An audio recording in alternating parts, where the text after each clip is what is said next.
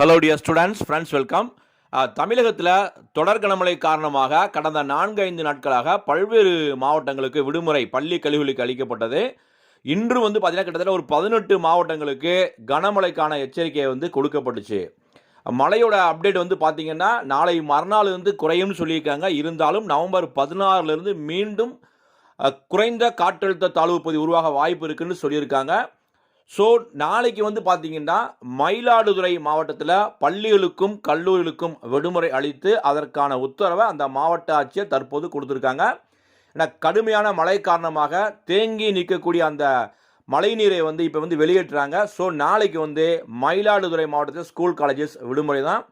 இதை அடுத்து பார்த்தீங்கன்னா வேறு எந்தெந்த டிஸ்ட்ரிக்ட்லாம் கடுமையாக மழை பெய்யுது, இதே மாதிரி போக்குவரத்துக்கு இடைஞ்சலாக இருக்கக்கூடிய மாவட்டங்களுக்கும் விடுமுறை கிடைக்க வாய்ப்புகள் இருக்குது. குறிப்பாக சிதம்பரம் மாவட்டம், சீர்காழி போன்ற கடுமையான மழை பெஞ்சிருக்கு. அதற்கான அப்டேட்டும் வந்துடும்.